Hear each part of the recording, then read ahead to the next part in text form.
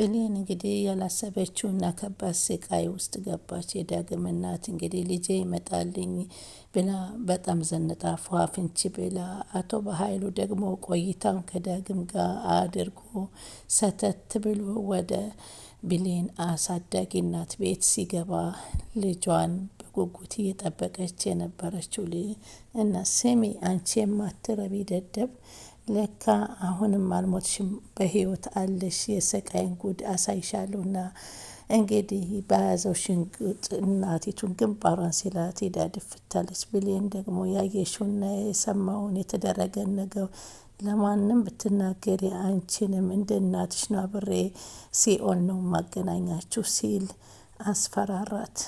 ከዛም እንግዲህ ብሌንም የምትገባበትን እና የምትደርስበት ቦታ ስታጣ ድፍት ብላ እናቷ ላይ በማልቀስ እሪታዋን ቀወጠችው።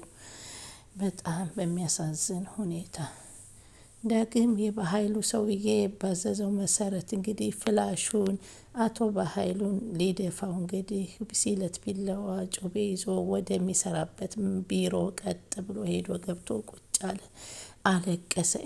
እኔ አንተን ብገል እናቴን በህይወት እንዳለች እና የእናቴን አድራሻ የሚያገኝን አድራሻ አግኝቻለሁ።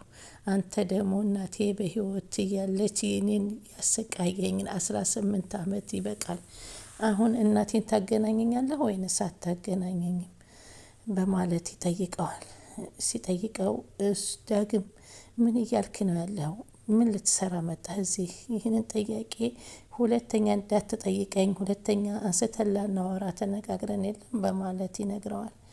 እሱም እንግዲህ ምንም እያደረግኩ አይደለም፣ ያለሁት ነገር የለም፣ የምፈልገው እናቴንና እናቴን አድራሻ ምን ላይ እንዳስቀመጥካት እንድትነግረኝ ብቻ ነው አለው።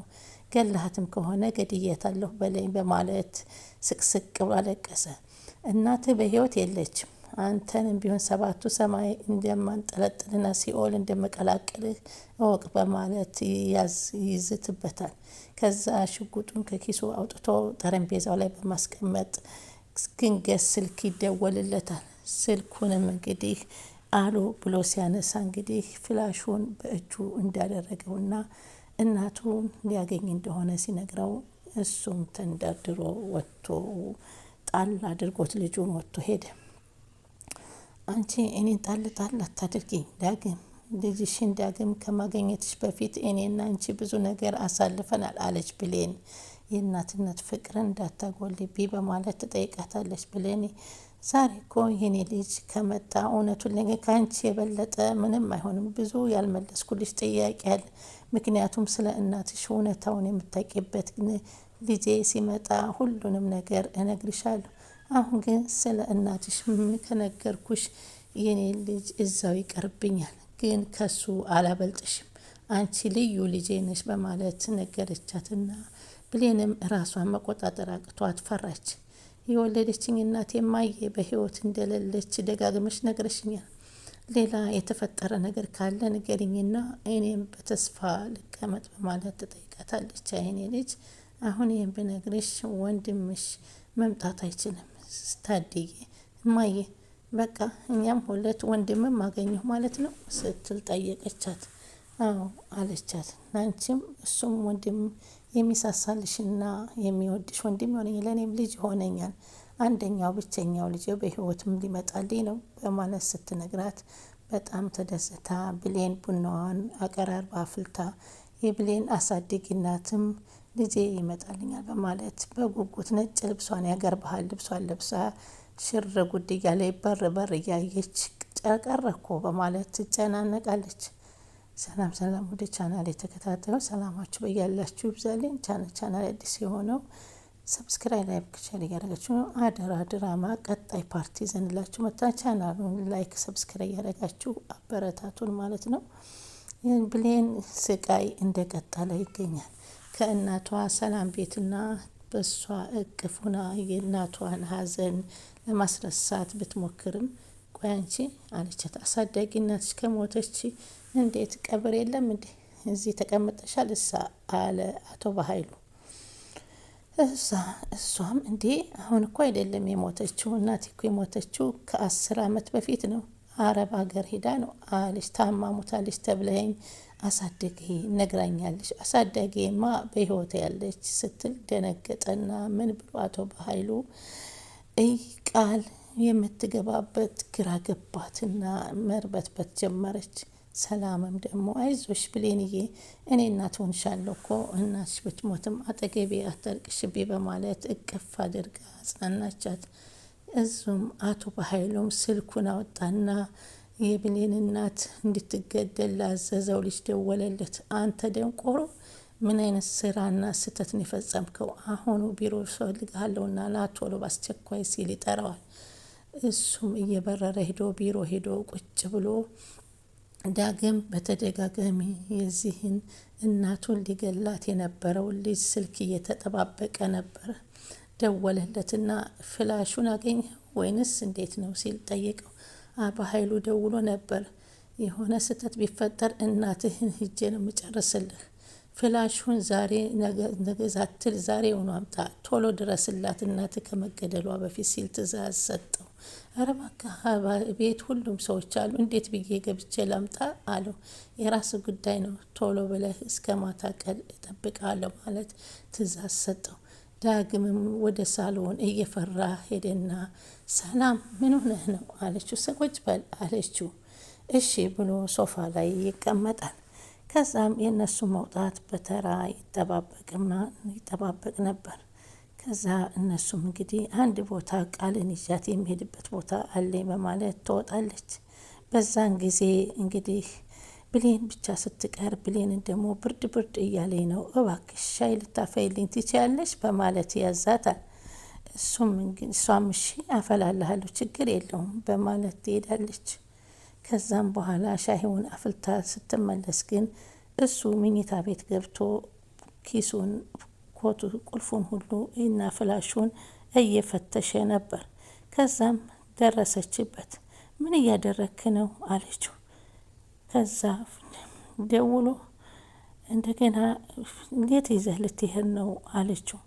ኧረ እባክህ ብሌን ዳግም ስብራት ስለገባው ዳግምም ያን ፍላሽ ይዞ እየፈራ የተባ በማለት እንግዲህ ከዛ ወደ ኮምፒውተር አስገብቶ ፍላሹን ወደሱ በመሴጅ ይልክለታል። እሱም ደስ አለውና በቃ አሁን በኋላ አንተን ተገለህ እኔ ባሰ ኃላፊነቱን የምወስድበት ቀን ደረሰልኝ ማለት ነው አለ። በል እንግዲህ አለችው። ባክሽ ውጭልኝ፣ ዝጋልኝ፣ ይሄን ቤቱ ዘግተህ ውጣ ብላ ብሌን አስፈራራችሁ። ለባለቤቶቹ ደውዬ ምኝታ ቤታችሁ ገብቶ እቃ ወሰደ ብዬ ናገራለሁ አለችው ብሌን። ስልኳን ስታወጣበት ስትደውልበት ዳግም ስልኳን ቀምቶ ይህ ፍላሽ እኔንና እናቴን የሚያገናኝ ስለሆነ እባክሽ ብሌን ከዚህ በላይ ብዙ ነገር ላስረዳሽ አልፈልግም እንዳትደውይ ሲል አባበላትና ነበረ ወደ መኝታ ክፍል ገብቶ ፍላሹን እንዳገኘው በኮምፒውተር አቀብልም እናቴን አድራሻን ስጠኝ በማለት ደወለለት። እሱም እሺ በማለት ላፕቶፕን ክፈትና ላፕቶፕ ላይ አስተላልፍልኝ በቴሌግራም ላይ አለው። ከላክልኝ በኋላ እናትህ የት እንዳለች አሳውቅሃለሁ አለው። እሱም እሺ ብሎ ያንን ነገር እንግዲህ በዳግም በደስታ ተሞልቶ አሳለፈለት። ሲደርሰው እንግዲህ አቶ የእሱ ጠበቃ አለቀልህ፣ ከዚህ በኋላ ስራዬን ጨርሻለሁ፣ እንግዲህ የእናቴን አድራሻ አሳውቀኝ ብሎ ሲጠይቀው ዳግም አትንቀጭቀጭ፣ ገና አንድ ያሰራኸው ነገር አለ፣ የሚቀርህ ነገር አለ። እናትህን ለማግኘት ብዙ መስዋዕትነት መክፈል አለብህ። የእናትህን አድራሻ ከመላክ በፊት አንድ ስራ ይጎልሃል ሲል ይነግረዋል። ዳግምም ደነገጠና ምንድን ነው ስራው የምትሰጠኝ ሲል ይጠይቀዋል። ከዛ እሱም እንግዲህ በኃይሉ እስከ ወዳኛው እንድታሰናብተውና እንድትገለው እንድታሰናብተው ፈልጋለሁ ሲለው ምን በማለት ደነገጠና እኔ ስታስበው እኔ ነፍሰ ገላና ሰው ገዳይና ጭራቅ መስልሃለሁ? በል ይሄን ማድረግ አልችልም። እናቴን እየፈለግኩ የሰው እናት አባት ማጠፋ ደደብ ይመስልሃለሁ በማለት ይናገረዋል። እስከዛው እስከ ማታ ጊዜ ሰጥቻለሁ፣ ፋይሎቹን ለእኔ ልከህልኛል፣ የማታደርግ ከሆነ እመነኝ እናቴን በግንባሯን ብዬ አንገቷን ቆርጬ ልቅልሃለሁ ሲለው ዳግም ማድረግ ስላለበት እናቱን ማግኘት ስላለበት ለመግደል ተስማምቶ እንደገና ደወለለት። ዳግምም ጃኬቱን ከቁም ሳጥኑ ለበሰና ቢላዋውን ደግሞ ፈልጎ አቶ በኃይሉን የሚያስወግድበትን ጩቤውን ይዞ አቶ በኃይሉ አደርገዋለሁ በማለት ለረጅም ጊዜ እናቴን ደብቀህ የት እንዳለች ማየት እፈልጋለሁ። ይህ ነገር ደግሞ ያዘዘኝን ወድጄ ሳይሆን ለእናቴ ስል ተገድጄ ፈጽማለሁ በማለት ወስኖ ሰተት ብሎ ወደ አቶ በኃይሉ ቢሮ ሄደለት እና ዳግም እያለቀሰ እንባ እያጎረፈ ጩቤውን መዘዘና ይህን ያክል 18 ዓመት ስታሰቃኝ የነበረውን ይቅር እንድልልህ ከፈለክ እናቴ በሕይወት እንዳለች ሰምቻለሁ። እናቴ እንድትከደበክበት አገናኘኝ በማለት እውነታውን ካነገርከኝ አለዛ በዚህ ጩቤ እዘረግፍልሃለሁ ሲለው በኃይሉ ደነገጠና አይኑ ፈጠጠ። እንዴት አባ ያወክ? እናትህ ከሞተች ቆይታለች። እንዴት አለው። ዳግም መኖር የምፈልግ ከሆነ እንዳትሳሳት እረፍ በማለት ይህን ነገር አደርጋለሁ በማለት ከምትል እኔ በኃይሉ እንዳንተ ያለ ልጅ ደፍሮኛ ያቅምና ሽጉጡን መዘዘበትና ጠረጴዛው ላይ ቁጭ አረገው። ስልክ ደወለና ያዘዘው ሰውዬ የዳግምን እናት እንዳልገደላት አሳዝና እንደተዋት ግን ምንም ነገር ትንፍሽ እንዳትይ አስፈራርቻታለሁ በማለት ይነግረዋል። ጭራሽ እና ልጇንም እንዳትጨርስ አድርጊያለሁ፣ እኔ የምፈልገው ነገር አድርጊያለሁ አለቃ ብሎት ነበር። ያንም እንዴት አመንክ እያለው ነበር። መጨረሻ ግን ከብሌን ስራ ቦታዋ ቴቴ እኔም አሳዳጊ እናቴ ናፈቀችኝ፣ ወደ ቤቴ መሄድ እችላለሁ እናንተ ቃል ጋር ስትሄጂ አለቻት። መሄድ ትችያለሽ የኔ ልጅ በማለት ነበረ የፈቀደችላት።